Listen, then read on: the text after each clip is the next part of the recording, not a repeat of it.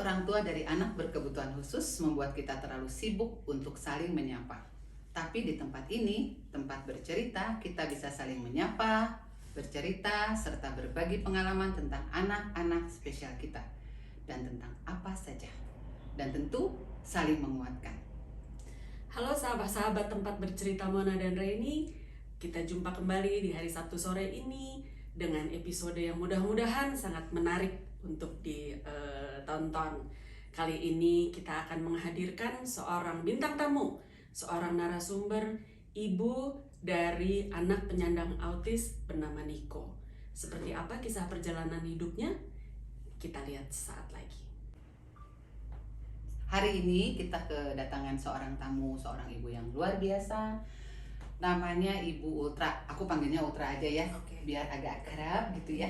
Ultra ini adalah seorang ibu yang hebat dari seorang anak penyandang ASD, namanya Niko. Nah, sekarang Ultra boleh cerita tentang Niko, mungkin dari awalnya seperti ada ciri atau apa di awal banget ya, lagi zaman intervensi dini lah ceritanya. Gimana tuh? Oh, jadi kan Niko kan lahir itu preeklamsia ya, Bu ya. Terus setelah itu berjalannya seperti biasa. Setelah pas mau masuk sekolah itu, ternyata gurunya bilang anak ibu tidak bisa masuk sekolah di sini gitu, karena anak ibu autis gitu. Itu di usia berapa? 3 tahun. Oke. Gitu. Jadi pas saya cek ke psikolog bilang memang anak ibu ada autis gitu. Jadi memang dia gerakannya beberapa cirinya kurang lebih suka muter gitu. Terus nyusun barang itu tuh kalau misalnya nggak segaris lurus gitu tuh stres banget gitu. Ya.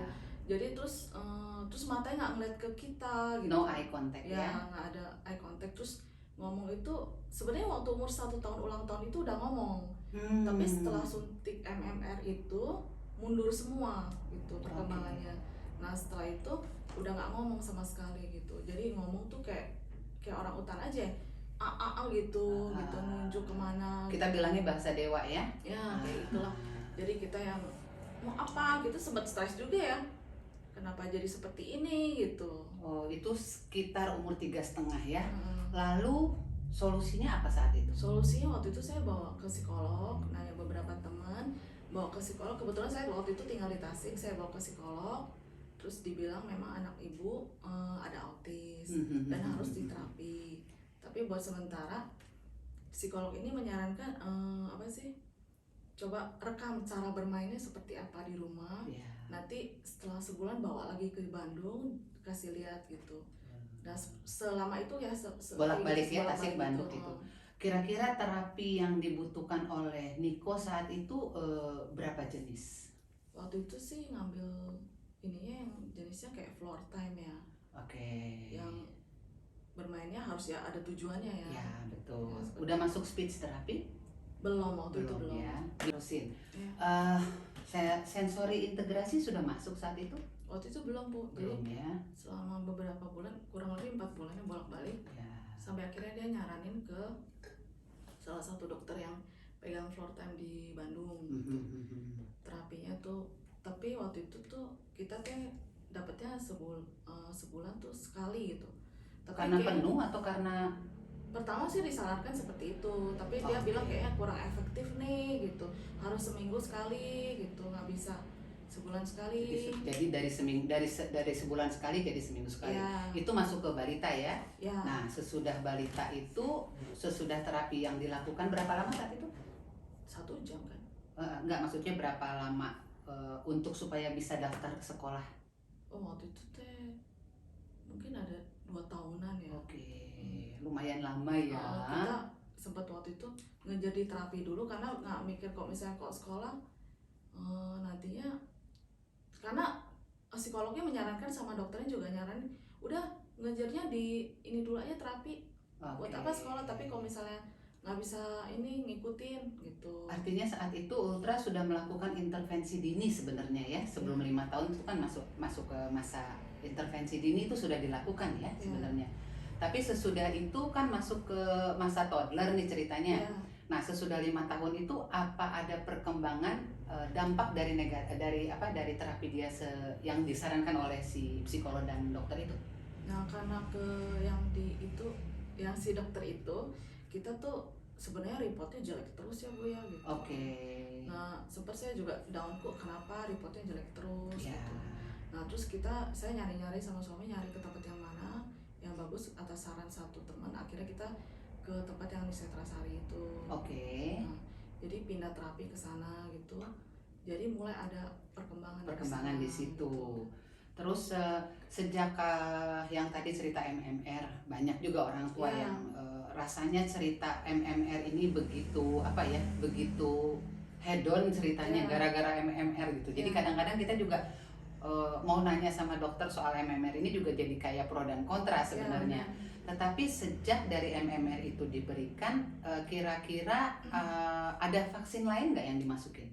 Nggak terima vaksin lagi sesudah MMR itu? Enggak, kan Mas, sejak itu saya kayaknya rada takut ya kita ya. nggak percaya sama anakku juga gitu. Imunisasi sih ya gitu. MMR jadi kayak sebenarnya pro dan kontra untuk Ya. kita udah pernah juga seminarin waktu Ya. itu di RSAS tentang MMR ini, cuman ya sudahlah, nggak usah terlalu kita pikirkan. Nah, yang aku pengen tahu nih sekarang Ul, perasaan kamu ketika kamu didiagnosa kalau anak kamu itu khusus gitu, itu gimana perasaan di awalnya? Ya hancur lah Bu. Sehancur apa? Ya kebetulan suami ini cucu pertama. Terus dari pihak saya juga cucu pertama. Jadi kita sempat benar-benar hancur aja, maksudnya kenapa Tuhan memberikan anak ini untuk kami? Yang sebenarnya saya urus sendiri dengan ASI sendiri saya. Jadi semuanya memang terkendali dan saya lihat sendiri perkembangannya. Kenapa jadi seperti ini gitu. Oke, terus aku mau tahu juga nih dari pihak keluarga yang ring satu kita gitu kan, antara Yuki, keluarganya Yuki sama keluarga Ultra itu pas tahu kalau Niko ini ada sesuatu yang khusus, apa tanggapan mereka? Mereka mah nanggapnya nggak apa-apa, kan normal ya gitu maksudnya. Anak laki ngomongnya telat gitu ya. Biasa aja gitu. Iya. Nggak apa-apa lah, nanti juga ngomong gitu, cuma masalah waktu gitu. Artinya mereka positif ya, menerima keberadaan Niko. Nah, kita berlanjut ke masa artinya di usia 5 tahun itu kan biasanya anak-anak udah dimasukin tuh pra-TK atau TK atau SD. Nah, itu gimana tuh saat itu keadaannya Ultra sama Niko sama Yuki? Ya waktu itu saya sempet nyari-nyari sekolah, kebetulan di Taman Kopo itu ada yang terima gitu. Cuma konsekuensinya itu saya harus temenin sebagai helper. Ya, oke. Jadi selama TK itu, selama 3 tahun itu saya nemenin Niko dari masuk jam 7 pulang jam 12 saya temenin terus. Rasanya gimana Ul? Ya, jadi helper, merangkap jadi emak? Jadi anak-anak yang lain suka nanya, tante kenapa temenin di sini gitu, kenapa nggak nunggu di luar kayak gitu. Ya Niko belum bicara, saya bilang, jadi gurunya belum mengerti gitu. Oke. Tapi maksudnya berdampak ketika Niko didampingi oleh mamanya atau kita sebut helper itu berdampak kah untuk kemajuan akademi dia? Kalau saya lihat mah sebenarnya nggak terlalu ya. Gitu, nggak terlalu, karena kan mungkin dia pikir cuma main aja di sana ya. Kalau misalnya buat akademis kayaknya belum begitu. Ya, dan jeda waktu juga kan nggak terlalu lama di sekolah kan. Nah, sesudah itu masa selanjutnya gimana tuh? Ya saya temenin terus. Memang setelah pas mau masuk SD itu, nah perjuangannya di sana. Jadi bingung ini teh sebenarnya bisa nggak ya masuk sekolah yang cocok yang mana? Tapi waktu TKB itu tuh gurunya tuh saya sempat hamil. Yang kedua? Iya, enggak, yang ketiga gitu ya. Dan saya tuh udah nggak bisa nemenin di sekolah gitu. Terus gurunya juga dari sekolah nggak bisa nyediain helper, ya udah saya stopin aja. Saya tarik keluar Nikonya, saya panggil guru homeschooling di rumah. Ya, gurunya datang ngajarin dia penambahan pengurangan abjad semua. 6 bulan semua kekejar Bu. Dibanding waktu kamu jadi helper dan dibanding ketika si guru ini jadi helper di rumah, kemajuannya lebih banyak yang mana? Homeschooling. Oke. Jadi kayak les di rumah lah ya. Gak masalah untuk dia, karena pengalaman saya ketika kita panggil guru ke rumah, anakku ya Abraham tuh kayak ngerasa bosi gitu loh di rumah sendiri. Ini kok enggak? Ya enggak maksudnya saya tegas, saya galak banget gitu ya. Ah. Saya awalnya tuh nggak pernah mikir Niko itu tuh kudu dispesialin ya, karena saya juga pengen dia maju, jadi saya tegasin aja gitu. Ya memang pasti berontak lah ya, tapi ya udah apa sih, paksain lama-lama kan jadi biasa lah gitu. Yang saya ambil pelajaran sama Ultra, waktu itu kita ketemu di sebuah mall yang ada sekolahnya juga. Saya tuh lihat ibu ini benar-benar gesit karena dia bawa anak tiga-tiganya sama dia satu saat, harus nganterin anak sekolah, dan sesudah itu dia drop, dia anterin lagi 2 anak ini sekolah di lokasi yang cukup jauh gitu. Saya langsung mikir, aduh Tuhan, kenapa saya satu aja kok saya pusing, nah ibu ini 3 kok enggak gitu, santai aja. Jadi saya seperti dapat pelajaran gitu waktu ngelihat kamu pertama kali gitu. Dan anak-anak itu kan yang masih umur berapa waktu itu si kecil? 4. Masih 4, jadi yang masih gitu loh. Jadi hebat sekali sih waktu itu saya lihat kamu begitu rungsingnya gitu ya. Ternyata itu tahun berapa kira-kira, 3-4 tahun yang lalu ya? Nah sekarang kita cerita nih sekarang apa saja yang Ultra lakukan untuk mengisi keadaan dia?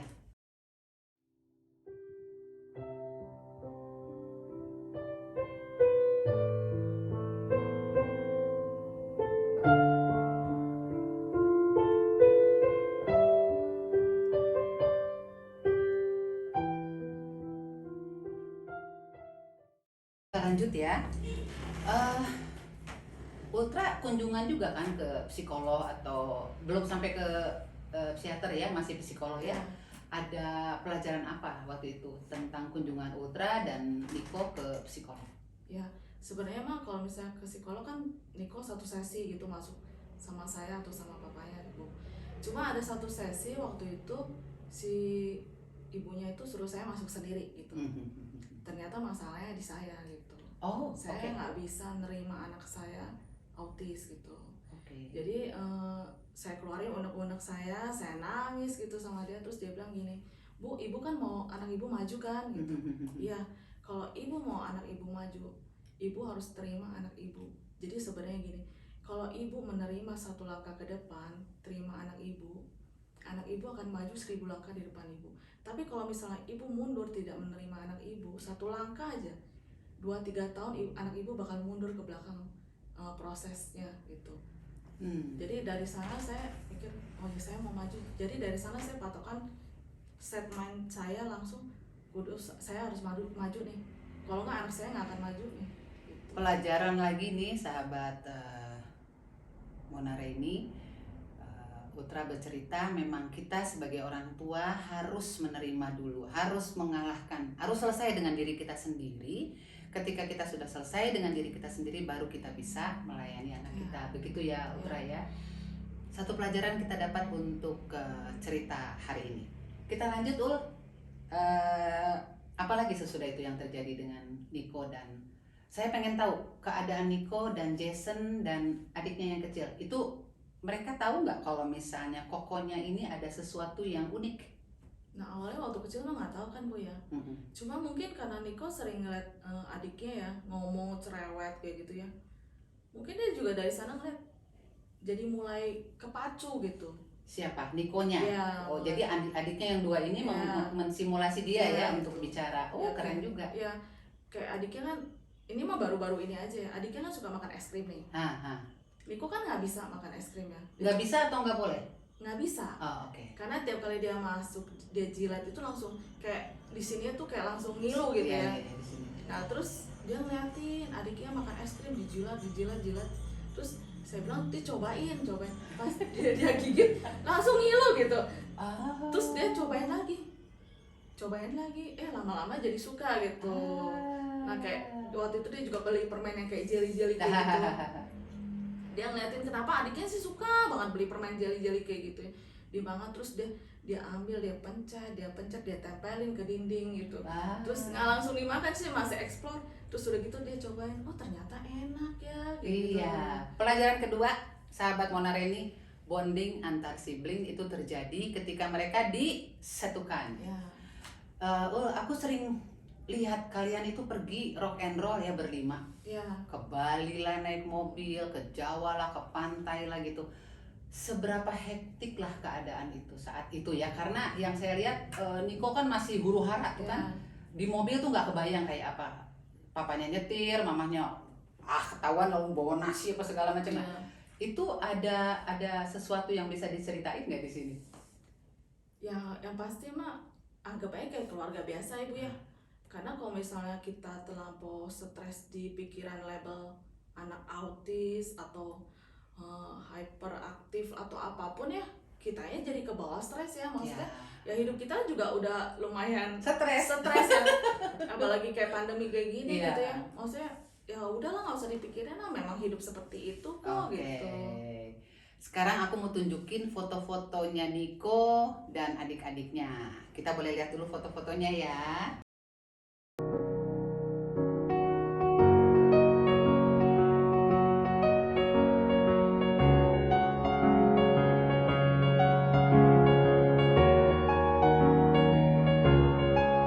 Kita lanjut, usia Niko sekarang 12. Ya. Yang saya rasakan itu agak berat di masa puber. Puber sampai ke dewasa dini. Nah, sudah terjadikah masa itu untuk Ultra? Udah terjadi. Gimana ciri awalnya? Jadi pertama perubahan suara ya. Ya. Mulai banyak jerawat. Gitu, terus dia nggak annoying sama jerawat suka dikopek-kopek gitu? Enggak sih. Okay. Kebetulan saya suruh dia cuci muka pakai sabun aja sih. Terus saya kebetulan kalau jerawat kecil saya pakein odol sih ya. Oke. Gitu, terus apa sih? Mungkin dari alat kelamin ya gitu. Iya. Jadi mulai bisa berdiri lah itunya lah gitu. Jadi waktu beberapa kali gitu masa pandemi ini kita kan sempet ketemu temannya. Iya. Nah ada perempuan yang dia suka, anak perempuan yang dia suka tuh langsung berdiri itunya gitu. Kita juga sempat kaget, tapi saya kan nggak ngerti ya gitu. Kalau misalnya pria, saya nanya suami saya harus gimana ini. Iya. Terus udah santai aja, itu kan normal gitu, maksudnya itu kan kalau namanya kayak laki suka sama perempuan ya pasti otomatis seperti itu gitu. Iya. Terus udah tenang aja. Jadi saya deketin Niko, saya bilang tenang gitu. Jadi anggapnya biasa aja. Terus saya bilang tenang. Terus saya geserin ke dari tempat alihkan perhatiannya. Oke. Itu salah satu ciri khas pubernya. Yang lain mungkin selain suara dan hal yang tadi, maksudnya dia pengen jalan kemana atau dia pengen ngelihat film yang ada cewek-cewek gemei gitu? Enggak? Oh enggak sih, malah sekarang lebih nggak mau ikut pergi. Lucu. Jadi di rumah sendiri gitu. Oke. Pengen di rumah sendiri. Ultra suka diamin dia di rumah atau memang ada yang caregiver dia di rumah ketika kalian berangkat? Enggak, jadi kan gini Bu, kalau misalnya saya kan punya kebiasaan sama suami itu pagi-pagi suka goes dulu pagi-pagi. Kalau Niko itu sebenarnya udah mandiri, jadi pagi-pagi dia bangun pagi, dia bisa nyalain water heater mandi, dia bisa siapin sarapan sendiri gitu. Toilet training jalan, mandi jadi dia bagus. udah bisa gitu. Jadi setelah itu dia paling main komputer, nungguin saya pulang gitu. Di usia 12 tahun ini dia punya tugas apa di rumah? Kalau di rumah mah paling selain maksudnya water heater itu juga menjadi tugas dia ketika dia, untuk toilet training. Misalnya gitu, tugas yang memang diberikan untuk maksudnya kita pernah seminar bareng tentang milestone kan, di usia segini anak harus udah bisa apa-apa. Nah, itu masuk nggak ke 12 tahun kamu sudah memberikan dia tugas apa gitu nggak? Kalau saya mah biasanya di rumah aja, kayak misalnya kalau bisa habis makan beresin. Terus kalau misalnya jam 6 teh kudu tutup gorden, nyalain lampu depan. Terus kalau misalnya jam 3 tuh biasanya dia saya bilang tuh jam 3 tuh dia langsung ke atas tutup pintu kamar semua karena takut ada nyamuk nanti masuk. Lucu ya, udah tugas seperti itu. Karena adiknya juga bagi tugas, jadi kayak gitu. Iya. Jadi ada tugas rumah tangga juga yang diberikan oleh Niko kan, supaya fungsinya sama tuh bertiga ya? Iya, karena kan saya juga di rumah nggak ada pembantu, jadi otomatis pakai anak sendiri. Sama gitu. Saya juga. Kenalin saya pembantu di rumah. Saya juga di rumah jadi sendiri. Otomatis yang di rumah kudu bantu saya juga gitu. Kok bisa sama tugasnya Niko sama Abraham ya? Abraham tuh jam 6 pagi langsung buka-bukain horden, mati-matiin lampu, beresin kamar, baru dia ke toilet. kayaknya sama ya. Iya. Oh, sama ya. Karena yang paling gampang ya itu ya. Iya. Tapi paling tidak kita di sini memberikan tugas sama dia sebagai bentuk tanggung jawab dari bagian dari sebuah keluarga ya. Nah, sekarang kita mau lanjut ke rencana, kita sekarang balik ke prestasinya Niko. Oke. Kalau Niko waktu itu saya sempat Baca tulis hitung udah oke? udah. Oke. Waktu pas mau masuk kelas 1 itu dia karena TKP dikebut 6 bulan itu dia udah bisa gitu. Nah, waktu kelas 1 itu saya masukin ke salah satu sekolah di TKI. Iya. Tapi karena harus ditemenin juga dan nggak boleh masuk full Senin sampai Jumat, cuma boleh seminggu sekali. Saya sempat kurang dari setahun lah. Akhirnya saya bawa keluar lagi gitu, Bu. Nggak diterusin Iya, di situ. Karena gurunya juga bukan guru yang punya hati untuk anak-anak gitu. Nah, itu dia Ul, kadang-kadang kita tuh ya suka sedih ya ngelihat guru yang maksudnya secara ilmu mungkin dia oke, tapi kadang-kadang secara hati dia belum siap gitu loh. Ada saran nggak sih Ul untuk orang maksudnya pendidik anak-anak berkebutuhan khusus? Saran dari Ultra apa sih sebenarnya? Kalau ya kita juga nggak bisa paksain orang punya hati ya, Bu ya gitu. Kalau misalnya ya sebenarnya harus dites dulu ya kalau misalnya benar-benar punya hati atau enggak, kalau jadi guru ABK atau enggak ya sebenarnya ya. Karena kan yang di sini kan kita kan bukannya juga kita nggak bayar uang sekolah atau kita uang sekolahnya dikecilin jumlahnya, enggak juga kan gitu. Maksudnya kita bayar full sama seperti anak biasa gitu, bayarnya juga malahan lebih mahal kita bayarnya gitu. Karena nggak masuk tiap hari ya. Gitu. Tapi ya udahlah, saya pikir saya bawa keluar aja, saya pikir di sana nggak maju, sementara saya masih lesin di rumah aja, homeschooling. Jadi hari ini masih di rumah di homeschooling? Enggak, waktu itu kan kelas berapa gitu tuh dia kelas 4 gitu ya. Kelas 2 gitu. Kelas 2 itu saya ketemu satu sekolah yang di mall itu. Nah, pas di sana Niko murid pertama, terus kebetulan Niko bisa cocok di sana dan maju sampai saat ini. Niko masih di sana sih. Oke. Udah mau tamat SD pula ya? Iya. Dan fotonya Niko nanti kita kasih tahu ya, kayak orang Korea ganteng iya. pisan eta si Niko ya. Jadi berubah ya? Betul, berubah banget. Terus yang saya lihat perbedaannya, dia ngomongnya udah agak cerewet ya, dibanding waktu pertama kali kita ketemu 3 tahun yang lalu ya. Oke. Berarti di sekolah itu guru-gurunya tentu punya hati dan program sekolahnya juga klik dengan Niko. Oke. Kita bicara sekarang soal penerimaan di sekolah. Sekolah ini khusus untuk ASD atau campur? Ya kalau misalnya sekolah kita yang sekarang ini yang Niko tempat sekolah itu khusus buat anak-anak ABK sih, ada Down syndrome, ada yang slow learner. Terus ada yang CP. Oke. Campur sih, Bu. Pandemi ini mereka masih tetap sekolah atau di? Buat saat ini terapi aja sih, Bu. Terapi jadi di jadwal. Oh, jadi nggak satu bareng gitu, nggak per kelas seperti dulu. Enggak. Jadi ngejarnya kalau misalnya akademisnya secara online, kalau terapinya itu harus tetap datang ke sekolah. Oke.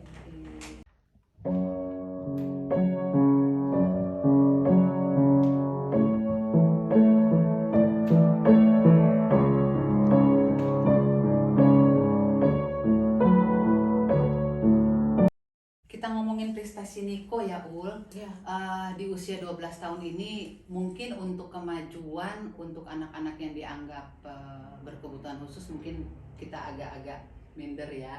Cuman kan saya yakin dan saya percaya sekecil apapun progres itu adalah suatu kemajuan untuk kita, terutama orang tua ya. Nah, boleh bercerita sedikit tentang prestasinya Niko? Ya, kalau misalnya Niko waktu umur 6 tahun itu saya masukin ke les Sempoa, Bu. Oh, Sempoa, oke. Yang dekat rumah. Memang bayarnya jadi 2 kali lipat ya, karena gurunya stay buat dia sendiri khusus gitu. Ya udah diajarin, dia bisa gitu ya, seminggu 2 kali. Terus akhirnya ikut perlombaan. Saya juga pikir ikut lomba mah coba aja dulu ya. Ternyata dia juara 1, Bu gitu. Ya ampun. Jadi saya cukup terharu dan wah, ternyata anak saya juga bisa gitu. Berarti konsentrasi dia sudah cukup baik ya, karena Sempoa itu kan gini-gininya itu kan perlu. Terus hitungan kecepatan. Ya, prestasi besar itu untuk Niko. ada perasaan bangga nggak ketika dia bilang, Niko kamu juara 1, terus maju ke depan gitu? Ada ekspres, kan kita tahu anak ASD rata-rata tidak ada ekspresi ya. Mau seneng, mau ketawa, mau sedih, lurus aja gitu loh. B banget kan.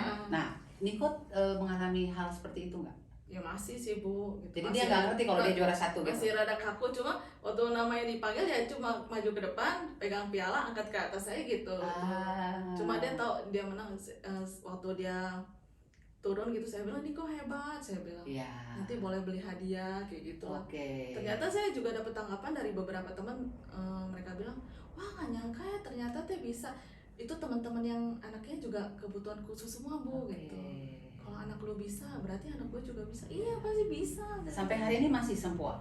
Kalau sekarang saya lebih nggak sempoa lagi, karena kalau sempoa diterusin terus kok ini juga lama banget gitu. Jadi saya sempat tarik keluar, nggak lagi karena dia mulai bosen gitu. Ya memang bosen.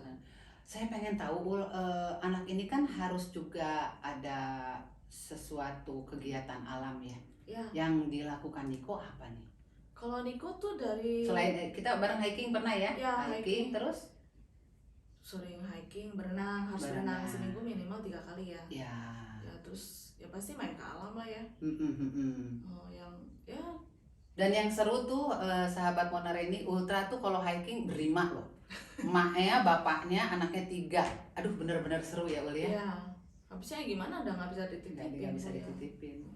Terus ada harapan nggak Ul untuk orang tua lain yang mungkin mengalami kejadian sama dengan kita? Apa harapan Ultra dan bisa disampaikan di sini, menguatkankah atau apa gitu loh? Yang pasti kalau Tuhan kasih anak berkebutuhan khusus berarti kita memang orang tua yang luar biasa. Karena nggak semua orang dikasih anak berkebutuhan khusus. Jadi yang luar biasa anak kita ya, sehingga menjadikan kita jadi luar biasa. Dan saya percaya Tuhan kasih anak berkebutuhan khusus itu sebenarnya untuk membentuk karakter kita menjadi pribadi yang lebih baik. Yang diinginkan oleh Tuhan. Karena kan juga seperti di firman kan ada manusia mengikis manusia, besi menajamkan besi. Seperti itu sih Bu gitu. Oke, Ultra terima kasih sudah menjadi narasumber di tempat bercerita Monareni. Mudah-mudahan cerita Ultra ini bisa membangun orang tua di luar sana yang mungkin mengalami hal yang sama dengan kita, dan ini cerita sangat menguatkan kita karena tadi kita bisa ambil juga Ultra ini menerima diri sendiri dulu baru bisa menerima orang lain, dan Ultra itu mencari jalan keluar yang memang sesuai dianjurkan oleh para pakarnya, dan harus menjadi satu support system dengan Yuki dan kedua anak yang lain. Itu pelajaran hari ini yang bisa kita ambil, semoga menjadi kekuatan juga buat orang tua di sana.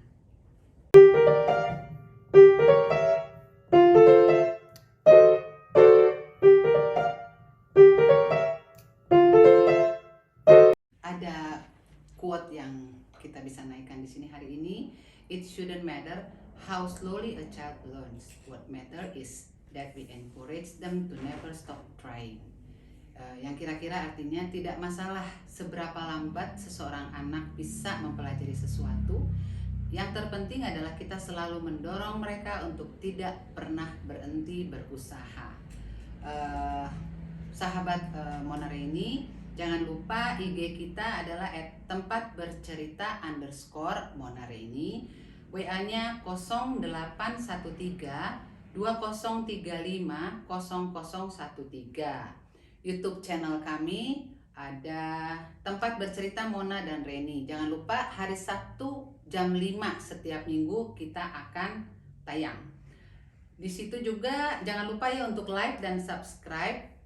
Jangan lupa menyalakan notifikasinya. Terima kasih.